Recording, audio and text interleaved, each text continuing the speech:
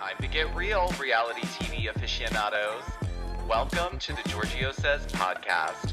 I'm your host, the one and only Georgio Takanakis, and I'm here serving you the juiciest updates on all your favorite reality shows weekly, as well as the hottest pop culture trends, and even exclusive interviews that will leave you wanting more. This podcast will keep you on the edge of your seat.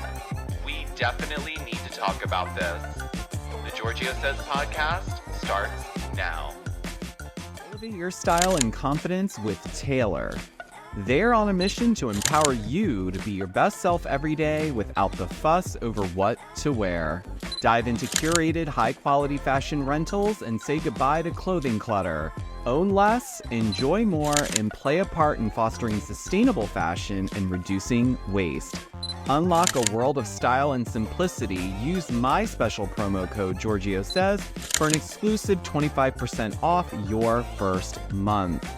Join Taylor.style today and make every connection count with your revitalized confidence and style. What's up, my friends? Welcome back to another episode of Georgio Says the podcast. It is hump day. It's Wednesday. We're midway through the week. And, you know, I love a good Wednesday for a number of reasons. Well, obviously, it's the midpoint of the work week for most people. And for me, it's also like you can start to ease out of all the stress that you kind of go into the week with sometimes. And for me, like, it kind of felt like overwhelming for me in so many ways, but nothing really crazy was happening. I just was feeling overwhelmed or exhausted, or there were some days I even felt like maybe I'm getting sick, but then I wasn't. And so I just feel like today also the sun is out for the first time in what seems to be like forever, but it's been like a few days of just straight up cloudiness, rain. The weather's gotten a little cooler, so that's fun. I also had my first shipment from Taylor.style, shout out. You obviously see the ad that is placed in the podcast, but I am so happy to be partnered with them. They utilize AI. They're very much for sustainability when it comes to fashion and not wasting. And I don't know about some of you guys out there, and I know that there is, you know, a ton of people that shop, and like me, I will shop and not go through my closet and get rid of stuff, and I won't wear it again, but for some reason I just won't let it go. And so I end up going into this cycle of just buying all this stuff, and I don't end up wearing a majority of it. And recently I've been getting back into my style because there's just so, like, thankfully there's a lot of stuff going on for me, so, you know, I'm grateful. So with that, I need to, like, you know, zhuzh up things that I didn't really care about for the last few years because I'd been at home, like most of us have been. But obviously we've come out of that, and there's a little bit more moving and grooving happening. So I'm excited, and I really am really excited to partner with this specific company and styling service, because it is really hard to find a men's styling subscription rental situation that isn't bland or basic or just geared towards your 9-to-5 guy that's looking for like the business casual like situation with maybe like an edgy leather jacket from time to time. But Taylor.style, they work with 200 plus different brands. And like one of the shirts I was wearing the other day, actually this week, I believe it was on Monday, was from All Saints. And the good thing about them as well is, like, if I want to keep any of the stuff that they send me, I can purchase it for up to 70% off the retail price. So that's really cool. It's really simple. And in the long run, I'm saving money because, you know what? Now that I think about it, I love that All Saints shirt, but I probably wouldn't wear it more than once or twice, and it would just sit in my closet. So why not give it back? The other cool thing about Taylor.style is you don't have to wash any of the clothes. So you can just literally put the stuff in the bag. They send you the label, you ship it back. So for me, like I get 2 shipments of 5 pieces a month. So like today, I'm going to go drop off my first shipment because my second shipment will be on its way. So it just continues. And then you get to try out different things. And maybe you wouldn't necessarily like buy something to try. Like I'm really bad at that. So this gives me an opportunity to, you know, kind of test out the waters and see like, you know, what different types of things I might want to try without having to purchase necessarily. Anyways, I won't bore you anymore with that. But you guys should check it out. If you have a man in your life that needs help with clothes and hates shopping, this would be perfect for them. I know it's plugged in the ad, but you can use my promo code. You get 25% off your first month subscription. So, and the promo code is Georgio Says. So super easy. Give it a shot. Could be a good gift to your husband, boyfriend, partner, whoever. But yeah, let's get into some Bravo Celebrity news because we're going to recap Housewives of Salt Lake City quickly.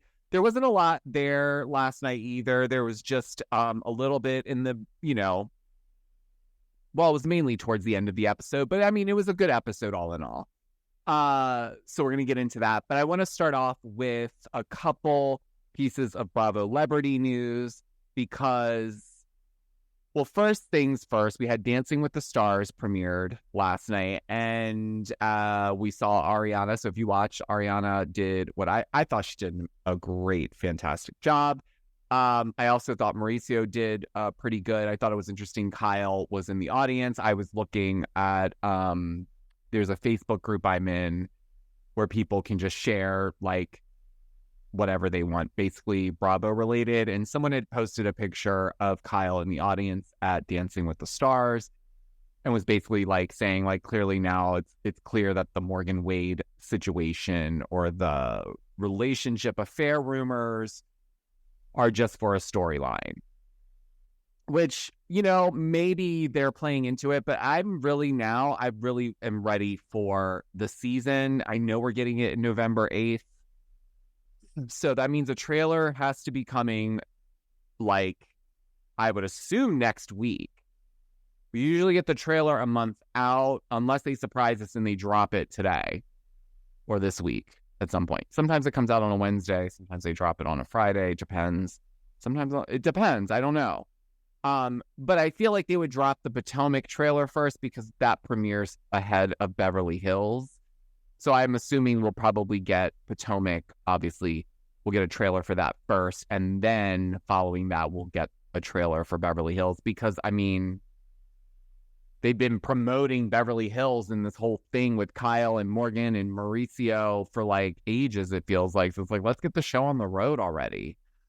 But yeah, so I'm excited to see how far those two go in the competition. So shout out to Ariana. Shout out to Mauricio. Be interesting to see their journey and what this does for them as, you know, people on reality TV and all that jazz. And it's also it'll be interesting to see how things play out during the season and how they respond to it in real time when the episodes are airing, like Kyle and Mauricio. Also in other news, if you've been living under a rock, then you missed out on Tom Sandoval's not 1, not 2, but 3 promos for his podcast that is launching tomorrow. And the podcast is called Everybody Loves Tom. Now, I posted on my TikTok all 3 of the promos. And you know what? It's all fun and jokes, right? We all want to like laugh at this point. But in all honesty, this is the best thing he could do if he were to do a podcast. Like, the premise of the podcast is basically like, I mean, it's obviously about Tom, but one of the promos was literally just a stitch of all these different celebrities commenting on Sandoval and more specifically on Tom and basically saying all these negative things. And so that's why I feel like, you know, this is the best decision he could make. in terms of doing a podcast. So like, it'll be interesting to see what he does with it. I know he's also doing a Patreon, he said, that I guess we'll have he calls it the most extras. But it launches tomorrow, and apparently you can watch it on YouTube, so that'll be good. So I'll be interested to see what that's about. But you'll have to let me know if you guys will be listening, watching. Everybody loves Tom. Maybe everybody will love Tom eventually again. I don't know. It's interesting times, I will say that. I do believe that people can change if they want to, but I don't know. I will give it a watch. I will give it a shot. I will see what it's all about, and I will report back, because as some of you have been commenting and DMing me when I made my post about it, that you will not be watching, you'll be waiting for me to report back, because that's what I'm here for. And I agree with you. That is what I'm here for. Yeah. So anyways, should be very interesting. That's all I have in terms of Bravo Celebrity news today that I'm going to discuss. So I think we need to take a quick break. And when we come back, we need to talk about Meredith's exorcism that has continued in Palm Springs. So we'll be right back. Golly Nutrition is an inventive, people-focused nutrition company committed to providing innovative products that make taking your daily supplements simple and delicious. Their products are formulated with quality ingredients you can pronounce and flavors your taste buds will absolutely enjoy. And at the core of it all, they lead with purpose. Golly for Good is an initiative committed to playing a profound role in supporting the health of our planet as well as our local communities.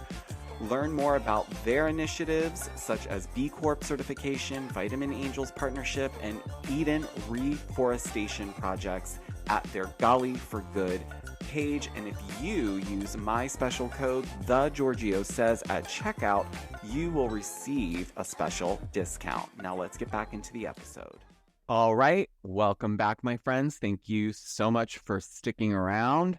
All right. We got to talk about last night's episode of Real Housewives of Salt Lake City, because, in some ways the episode was kind of a drag for me, but overall it was good. I think season 4 has definitely surpassed my expectations thus far. And I think, we're only 4 episodes in, so I can't wait for the rest of the season to play out. And things have already started to heat up, obviously. So they did not waste any time getting into the drama. But last night, we kind of just open up, the ladies are waking up, and Lisa and Heather have a conversation regarding Meredith's exorcism, the rumors. I've been practicing that, by the way, for like hours yesterday. Just sitting here at my computer, just saying it to myself. The rumors. See, I always end up trying to sing the end of it. The rumors. But then that doesn't sound enough, so then I go back to the rumors. Anyways, sorry, but I'm trying to perfect it. But nonetheless, they talk about Meredith's behavior, her reaction, and Lisa and Whitney are discussing how, Whitney brings up the fact that whenever you try to confront Meredith, she finds a way to deflect away from it by, coming up with all these different reasons why she can't deal with this thing right now. Which is true. I did say that before. I feel like conveniently there's other things that are always happening in Meredith's life when people are confronting her about something that she may have done to them or made them feel a certain way. And so she gets out of it by basically being like, I can't do this right now. I have this going on. I have that going on.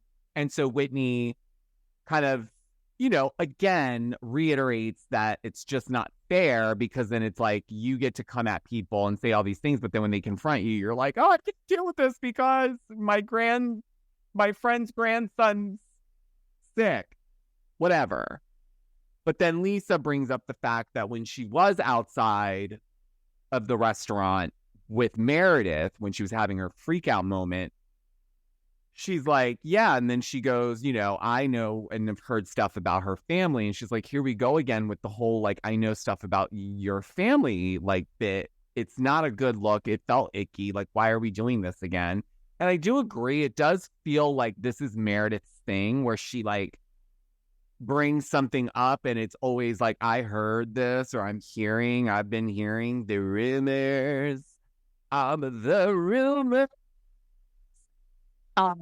Sorry, I am in a mood today. But I don't know. I feel like Meredith got locked in a room and they like forced her to watch very specific housewives in freak out moments.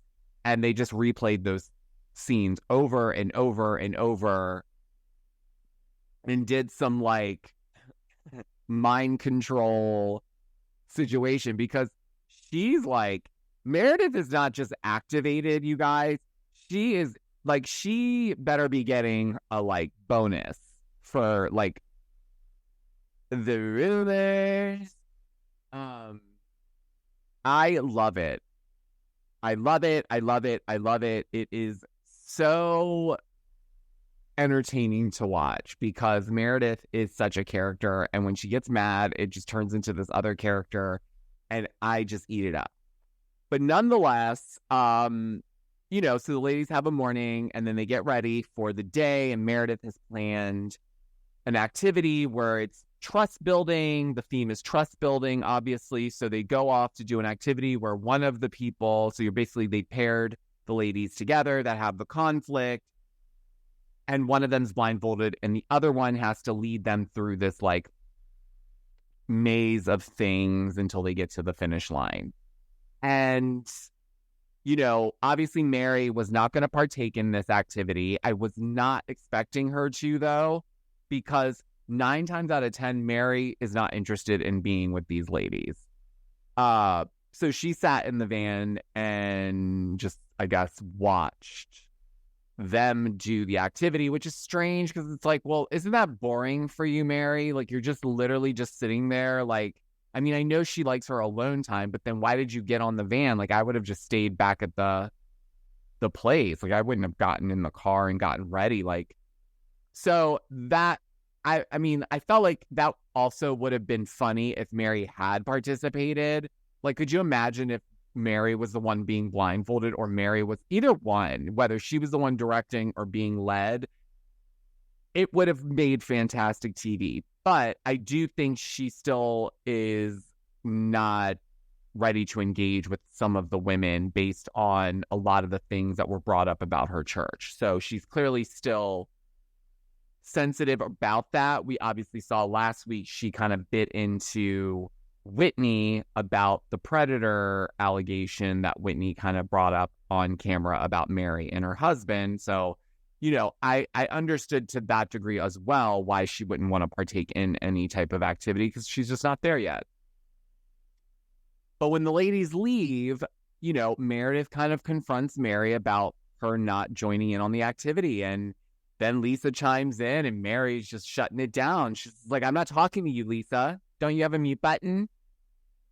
Lisa's like, no, I don't. I'm on play all day, you know? But I think the good thing is that Lisa can handle Mary because she knows Mary and she doesn't take it, like, she doesn't take it deep. Like, you know what I mean? So I think it's good that she can banter back and forth with Mary. And she kind of understands that Mary's just going to be Mary. But then Whitney chimes in, which is surefire way to get Mary pissed off even more. Little girl. Except this time, she didn't call her little girl. She said Missy, which essentially means little girl. I love Mary. I think she's a hoot. I think she's perfect as a friend of.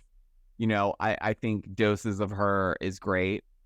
I also want to point out that I do enjoy that, you know, Mary is also kind of like getting in the mix too with the ladies. It's not like she's just there for the comedic relief. Like last week, she kind of got in there and stirred the pot and like brought stuff to the surface with Meredith about what she said about, you know, Whitney bringing Angie and all that stuff. So I like the doses of Mary that we're getting thus far. But then the ladies head back to Trixie Motel for some lunch. And things are just very like, eased, no real plan for the day. At least that's the way it came off in the edit, because when people asked Meredith didn't really seem like she had a specific plan. So Whitney, who had already made plans with Trixie earlier in the day to set up some type of drag competition event between the ladies, she decides she's going to hijack the rest of the day and evening by telling the ladies that they have 30 minutes to wipe off their current glam and put themselves in drag.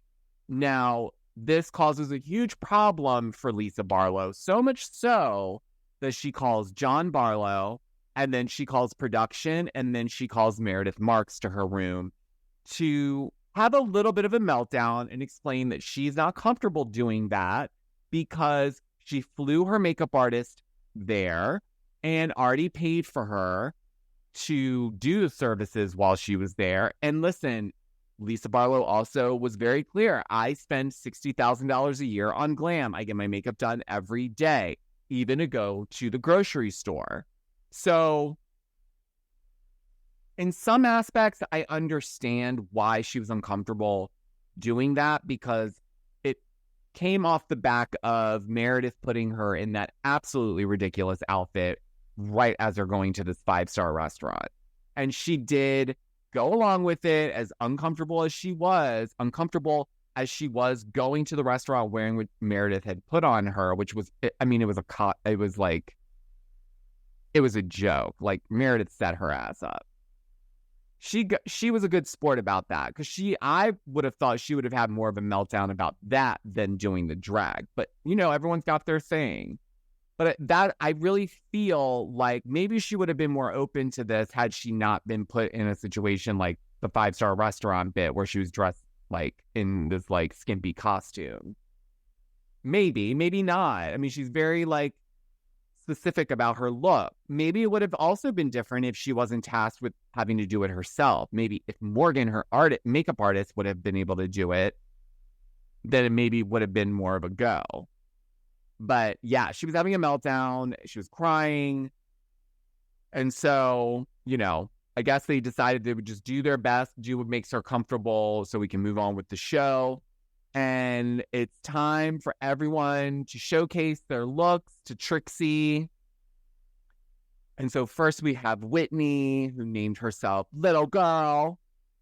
Whitney did a really good job. She obviously has worked with Trixie before and understood what that assignment was going to be about.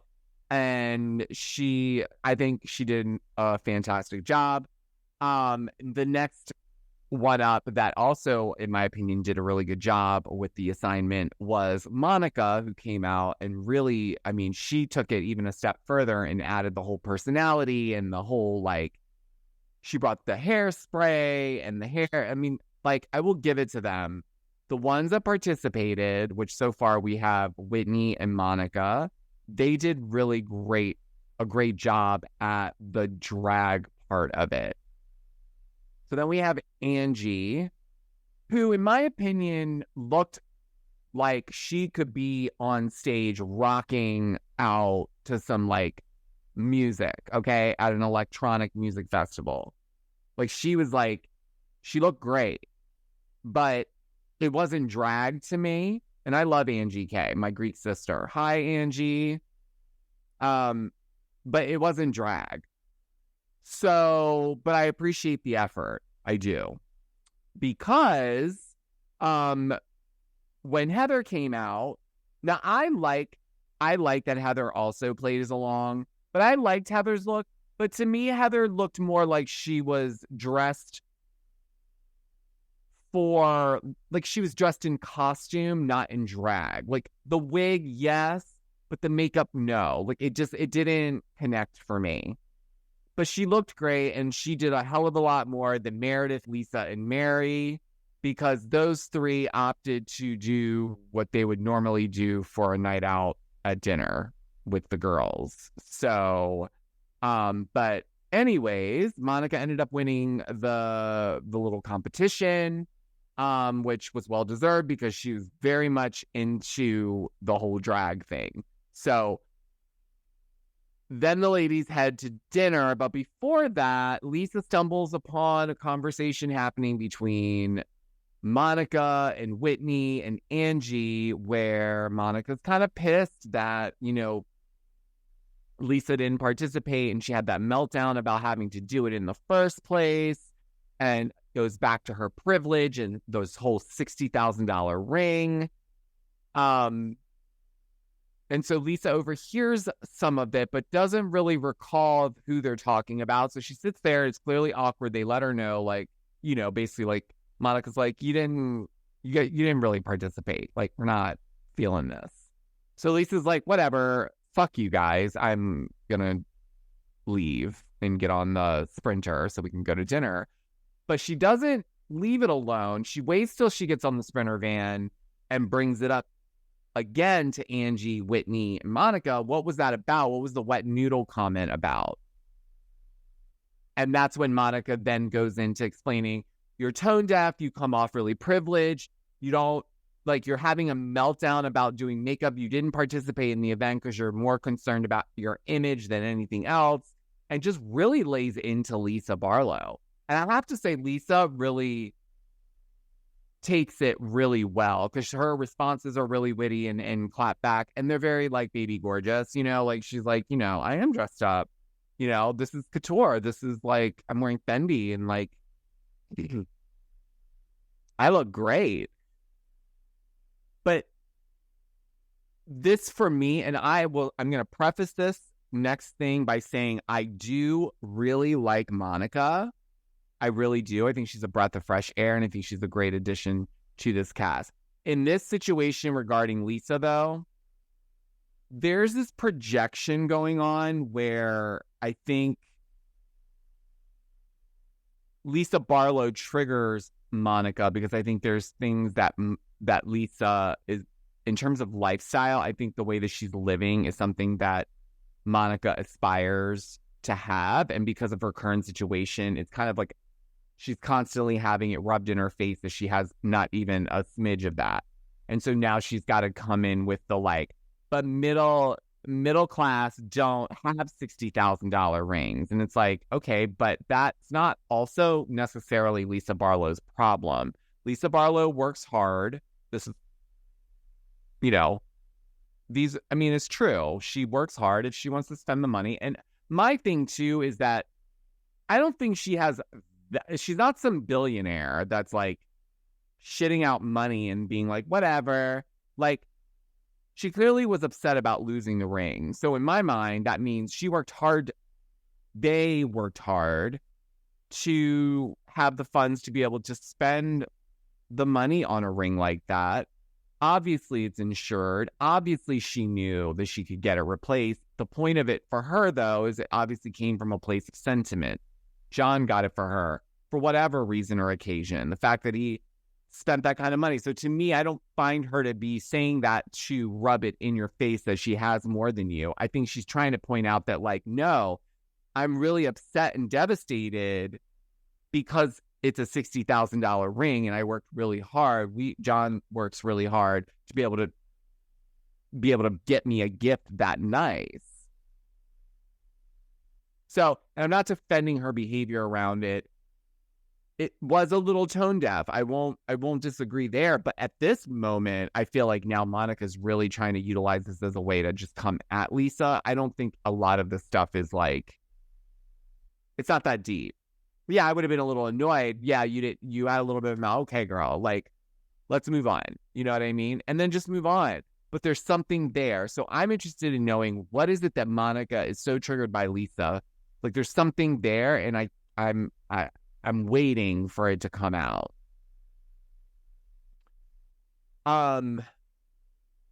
So from there, we get to, I'm assuming it's a gay bar, and again, Mary decides she's not gonna go in. She's not gonna partake. She's not interested. She just sits on the Sprinter bus van thing. And again, it's like, I don't understand. Like, why did you, like, not why did you come on the trip, but like, don't come on this outing? Stay back. like where you were. Like, again, you're just sitting in this van. Like, you don't even know how long you're going to be in there. But then we find out that, you know, she's not just sitting there. She makes the Sprinter van take her to McDonald's, which then made me want McDonald's. And I still do want McDonald's as we speak. I want, instead of the fish, what does she want? A fish fillet and the 6-piece nugget. So my thing at McDonald's is I get the quarter pounder with cheese with only cheese.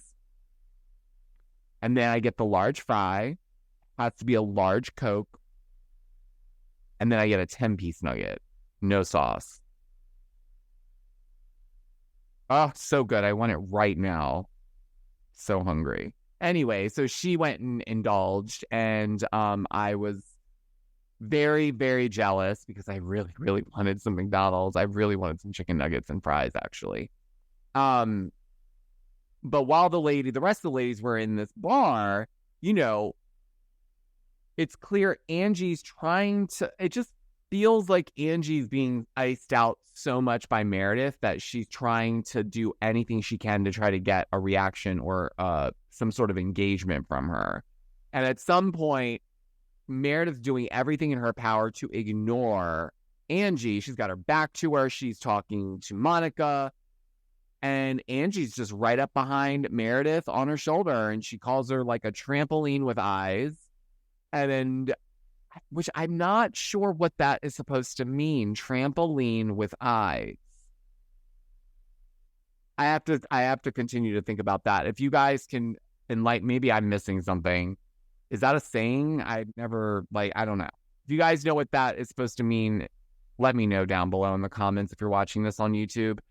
But yeah, I'm starting to get a little cringed out by it. Like, I'd almost rather her just ignore Meredith as well at this point and just be there, but like not engage her and like just try to like keep it diffused so that you can lead into maybe having a conversation when you get back from Palm Springs. I don't know. What do I know?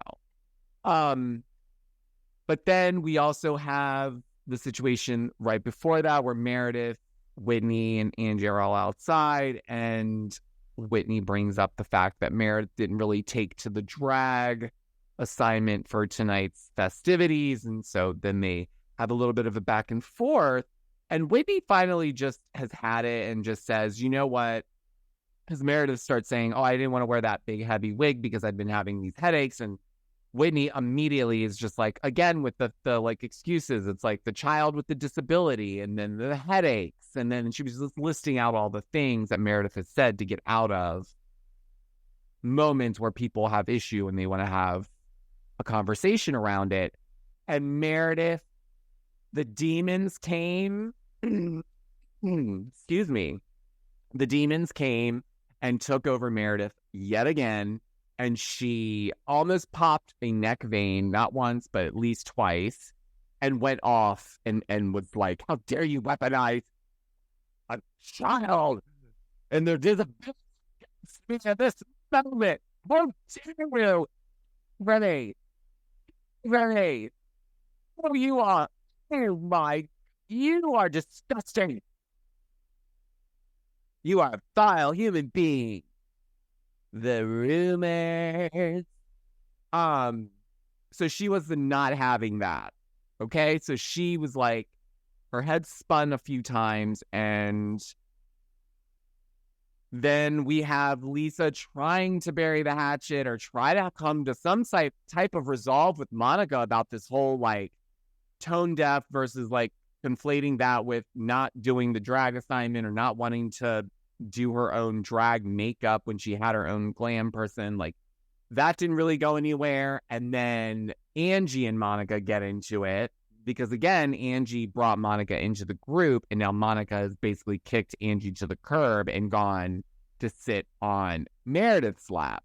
So that obviously isn't working out for Angie. So Angie and Monica go back and forth, and Angie brings up the point of how Monica wants to kind of erase the fact that she was acquainted and knew Jen Shaw. Like, they were friendly enough. And, you know, I think there is probably some truth in that. I think it was convenient to get on the show based on what she did involving the case and the trial with Jen Shaw. But then, then that's it. Like, she doesn't talk about all the other stuff. Like, it wasn't just that one weird moment. You guys probably had fun moments and shared a lot of things. So I think she may know a lot of stuff about the other ladies, but I'm starting to feel like, there was a lot of stuff that she had going on too that maybe perhaps she wasn't being 100% honest about. And it seems like Angie knows stuff as well. And this is probably going to be something that works against Monica because of the fact that she's kind of turned against Angie in this moment. But nonetheless, the ladies end up leaving the bar and heading back. And you know what? I think now, because we're already so revved up already and it's only episode 4, like, I can't even imagine what the remainder of the season's going to be, because we still have all these other things that haven't happened yet. We still have the Bermuda trip that looks intense and crazy. So I would rate this last episode, by the way, give it a 7.5 out of 10, which is fair. There was some stuff in there I was like, wasn't that great. But, I think it's a great season so far. And I think last week's ratings were up higher than normal, which is a good sign. So I think more and more people are starting to pick up on it. So, but if you're watching this on YouTube, guys, let me know if you're watching Salt Lake this season so far. What are your thoughts? And what is a trampoline with eyes? Please do let me know if you know what that actually means.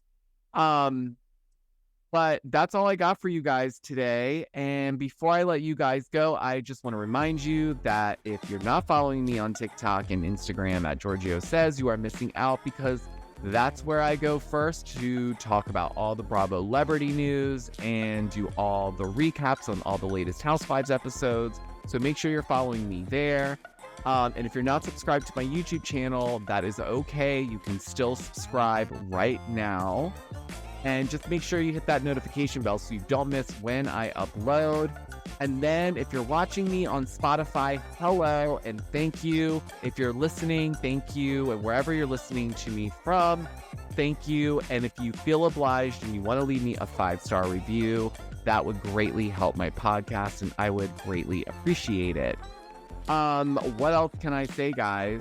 Oh, by the way, I don't hate Shannon Beador. I made a Rock of Love meme because I thought it was funny because Taylor and Shannon Beador's reunion look kind of mimic this like Rock of Love vibe. And so I made a meme cover and added them to it, and people thought I asked a question like, would you watch the reboot? It was obviously a joke. People thought I was trying to mislead people into thinking there was a real reboot featuring Taylor Armstrong, Shannon Beador. I'm not kidding you. I posted one of the responses, and people just think I'm bullying Shannon no matter what I say about her. They all think it's all coming from a shady place, even if it's not. I love Shannon Beador. I want her to be well. I want her to be in a happy place. Okay, I just wanted to clarify that for everyone. I didn't think I would have to, but here we are. Anyways, I love you guys, and until the next episode, I will talk to you tomorrow. Bye, guys.